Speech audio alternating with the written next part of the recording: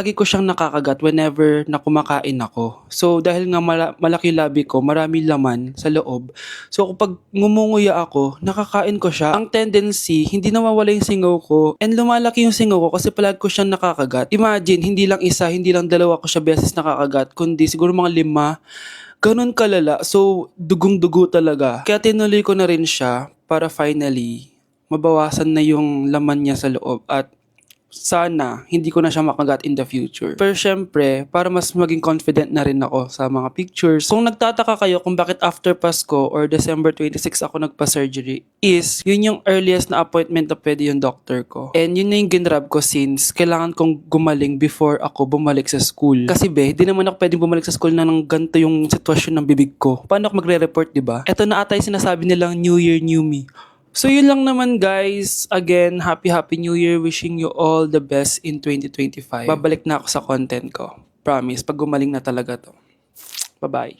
Hi guys! So nandito kami sa pinakamahal na steakhouse dito sa Metro Manila. So ngayon, tapos na kami kumain.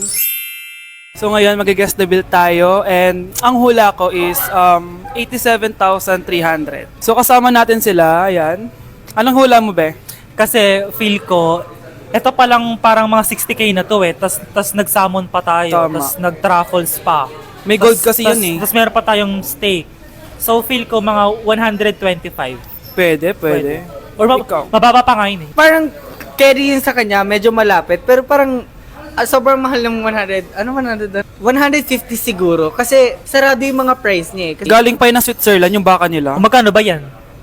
ano yan eh, like parang nasa 85 ata. So hawak ko na guys yung bill and ano nga talaga ang Kinakabahan bill ako. natin?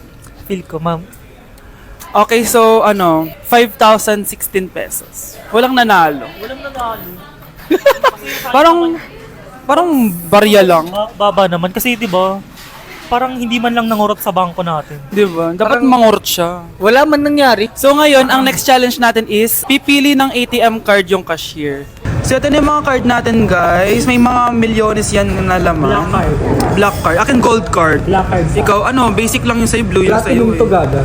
So yun guys, sinashuffle na namin. Sana masaya sa akin. Akin talaga yung makukuha. Kuya, pili ka na Kuya yung sa po. akin kilit mo. Hello! Sa akin yung napili. Wala pala kayo eh.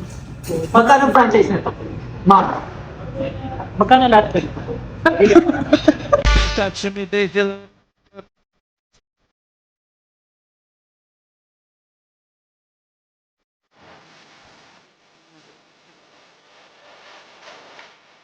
Oh, ano naman yung ginagawa mo ha?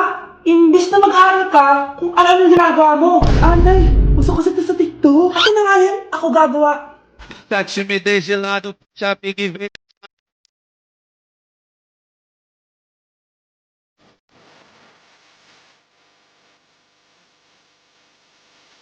Ay wow, gali na nga siya. Ay, nagugutom na ako.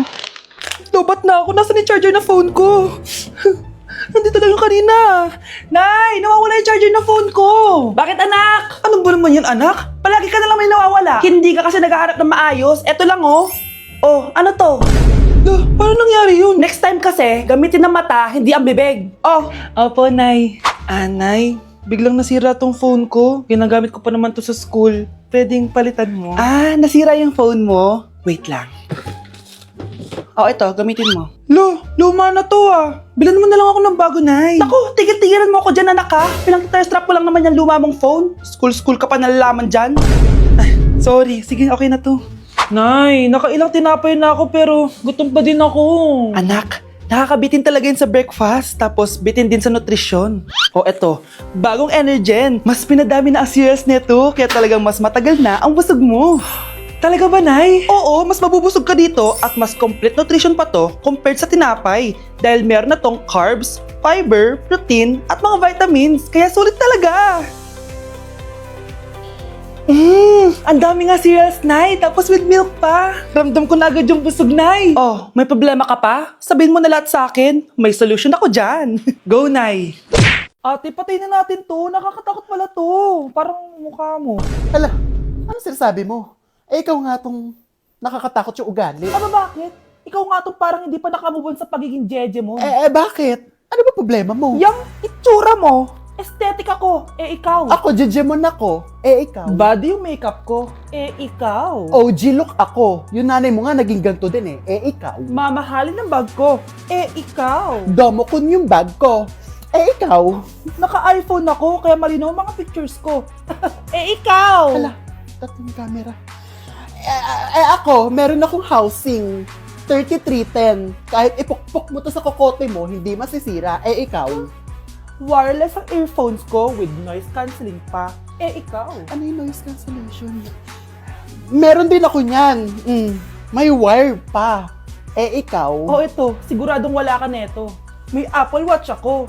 Touchscreen pa to. Ikaw. May ganun? Ako, meron akong G-Shock waterproof. Kahit ibabad mo pa to sa... Ganun. Ayaw mo talaga magpatalo, no? Sige, mag-lip sync battle na lang tayo. Basic. Tara.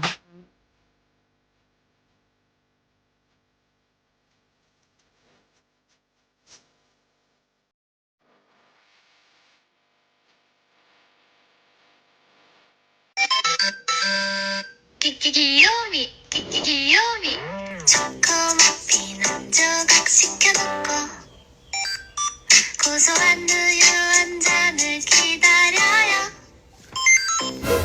Whatever.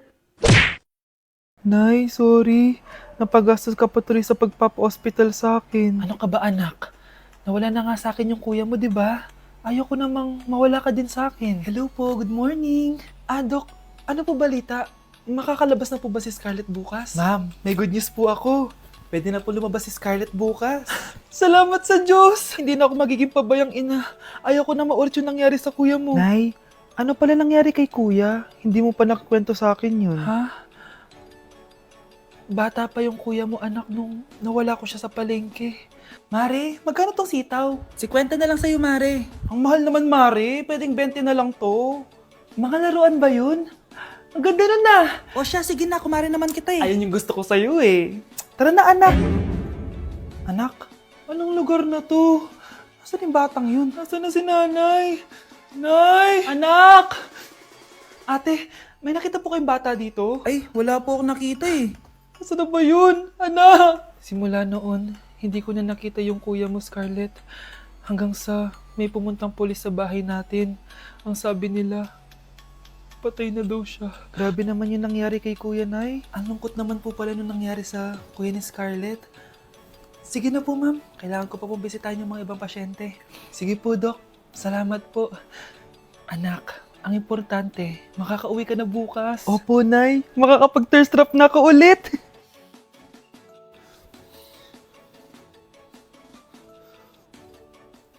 Anak, tara na, uwi na tayo. Nay, may pinapabigay pala si Doc sa'yo. Oh, ano naman kaya to?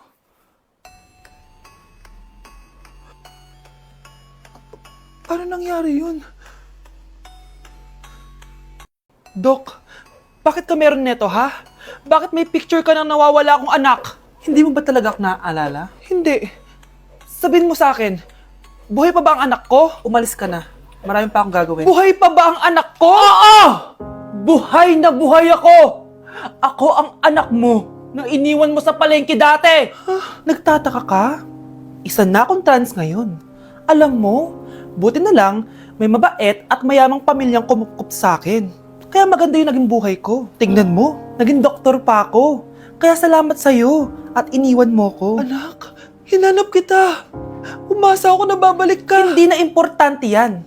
Ayaw na kita makita at hindi na kita kailangan. Kaya umalis ka na! Hello po. Kamusta po yung pasyente? Dok. Si nanay naman yung nagkasakit. Kamusta na siya? Okay naman. Sa iba ko na lang siya ipapaasikaso, ha? Anak? Anak, please! Bakit anak tawag mo sa kanya, Nay? Sure ka ba na habang buhay ka magagalit sa nanay mo? Nakita ko results niya kanina. Anytime, pwede siya mawala. Magpapahangin lang ako. Nasaan na sila? Hello, nurse? Nasaan yung pasyente dito sa room 214? Anak? Ako ba hanap mo? Nay, akala ko may masamang nangyari na sa'yo. Anak, hindi na kita iiwan. Good news! False alarm lang pala yung nakita namin result sa nanay mo. Ibig sabihin, Magiging okay siya. Salamat naman. Nay, ayoko na mawala ka sa akin, ha? Yay! May ate na ako! Honey, happy anniversary. A day in my life as... Ano ba special sa akin? Guri-guring guri. Kura-guring gura. Game 1. Bawal ang malapit na ma-dropout sa school. Di ako yun, ha? So for today's agenda, may pupuntahan tayo. So secret muna. Pero sasabihin ko na. Ano ba talaga? Bala ko kasi mag-business. Wow, business! OA. So hindi ko muna sasabihin kung anong business yon. Mind your own business muna. So guys, dahil anniversary na namin ni Honey Bunch bukas, bibilang ko siya ng flower and cake. So nandito na tayo sa flower shop ngayon. Ayan na guys, so nakabili na tayo. So pinili ko pink roses and ganito yung design niya. 12 pieces to guys kasi in each month, mahal ko siya. So 12 months, gets nyo ba? Wala. Happy anniversary Honey Bunch. I love you so much.